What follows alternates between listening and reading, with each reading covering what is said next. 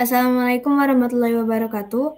Perkenalkan, nama saya Selin Widyaningrum Kusmawardani dari kelas 2A dengan NIM 20000005024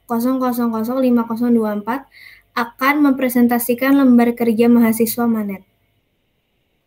Tanggal pelaksanaannya 19 Juni 2021 sampai dengan 23 Juni 2021. Jam pelaksanaannya pukul 13.00 sampai dengan 19.30. Kegiatan yang pertama menyiapkan alat pada hari Sabtu 19 Juni 2021.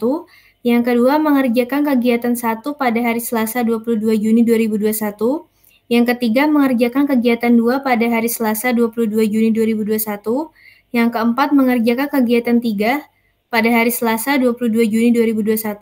Yang kelima mengerjakan diskusi pada hari Rabu 23 Juni 2021. Yang keenam, membuat simpulan pada hari Rabu tanggal 23 Juni 2021. Dan yang terakhir, presentasi melalui Google Meet pada hari Rabu 23 Juni 2021. Tujuannya yang pertama, mendeskripsikan cara membuat magnet dari bahan di sekitar. Yang kedua, membuat magnet dengan cara induksi, digosok, dan dialiri arus listrik. Yang ketiga, membuat kompas sederhana menggunakan alat-alat di sekitar. Yang keempat, menentukan arah medan magnet. Prosedur kerja. Kegiatan pertama, membuat magnet sederhana.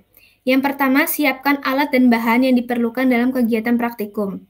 Yang kedua, gosoklah paku pertama dengan magnet searah. 5-10 menit dekatkan dengan jarum, paku, paperclip, silet, lilin, kertas, penggaris plastik.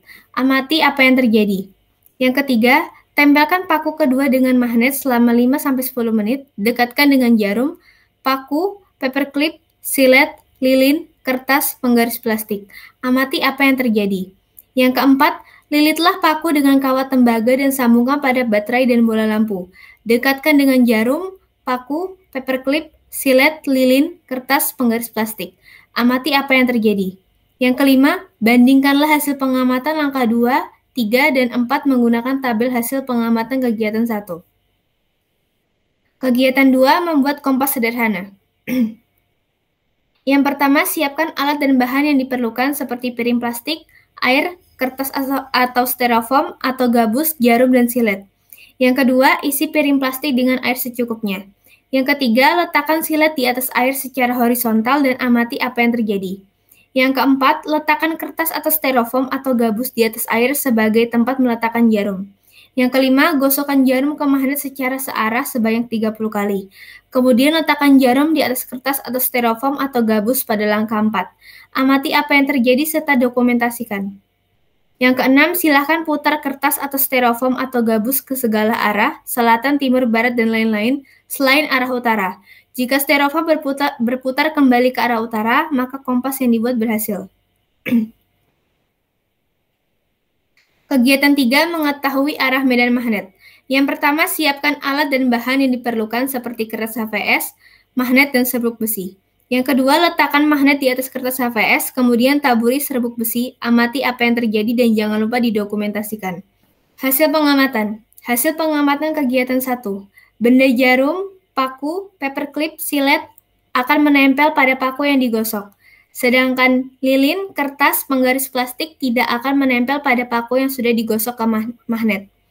Yang kedua, benda jarum, paku, paperclip, silet akan menempel pada paku yang sudah diinduksi.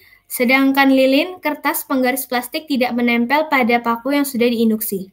Yang terakhir, benda jarum, paku, paperclip, dan silet akan menempel pada paku yang sudah dialiri arus listrik.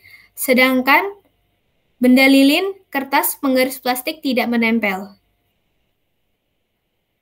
Hasil pengamatan kegiatan 2 seperti ini. Dan hasil pengamatan kegiatan 3 seperti ini. Diskusi. Yang pertama, mengapa paku yang digosok dengan magnet dapat memiliki sifat magnet? Karena paku merupakan bahan yang tersusun dari atom-atom magnet atau domain-domain magnet yang disebut magnet elementer.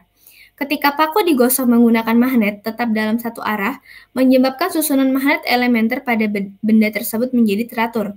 Sehingga ketika arah magnet elementer pada paku menjadi seragam, maka bahan tersebut dapat memiliki sifat kemagnetan. Yang kedua, mengapa paku yang ditempelkan dengan magnet dapat memiliki sifat magnet? Karena secara umum, benda logam yang menempel pada magnet dapat berubah menjadi magnet pula sehingga mampu menarik logam lain di sekitarnya. Tetapi sifat magnet bersifat sementara atau mampu hilang.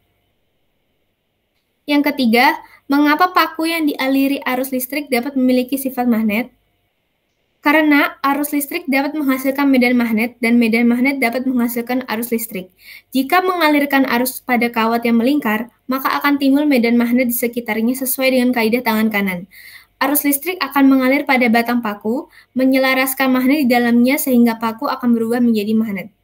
Yang keempat, jelaskan prinsip kerja kompas sederhana yang Anda buat pada kegiatan 2. Prinsip kerjanya adalah memanfaatkan magnet untuk menentukan arah selatan dan utara dengan cara menggosok jarum pada magnet sebanyak 30 kali. Setelah itu jarum diletakkan pada kertas yang terapung di atas air. Selain menggunakan jarum, kita juga bisa menggunakan silet untuk menentukan arah selatan dan arah utara dengan cara menaruh silet secara horizontal di atas mangkok yang berisi air. Yang terakhir, mengapa serbuk besi membentuk posisi sesuai hasil percobaan Anda pada kegiatan 3? Karena serbuk besi membentuk pola garis medan magnet. Pola garis-garis lengkung yang terbentuk ini merupakan pola garis-garis medan magnetik yang disebut garis gaya magnetik. Ruang di sekitar magnet yang mengalami gaya magnetik dinamakan medan magnetik. Medan magnet adalah daerah di sekitar magnet yang menyebabkan sebuah muatan yang bergerak di sekitarnya mengalami suatu gaya. Garis-garis gaya magnetik tidak pernah saling berpotongan dengan garis-garis gaya magnetik lain yang berasal dari magnet yang sama. Daerah yang garis-garis gaya magnetiknya rapat menunjukkan medan magnetik yang kuat, sedangkan daerah yang garis-garis gaya magnetiknya kurang rapat menunjukkan medan magnetik yang lemah. Medan magnet terbesar terletak pada ujung-ujung kutub magnet. Hal ini ditunjukkan dengan banyaknya pasir besi atau serbuk besi yang ditarik oleh ujung-ujung kutub magnet. Kesimpulannya, magnet adalah suatu benda yang dapat menarik benda lainnya yang terdapat dalam medan magnetnya. Magnet dapat menarik logam ataupun menempel dengan kuat pada logam.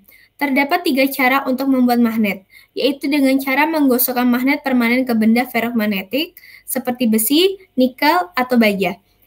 Induksi magnet dengan mendekatkan bahan ferromagnetik dengan magnet permanen tanpa perlu bersentuhan.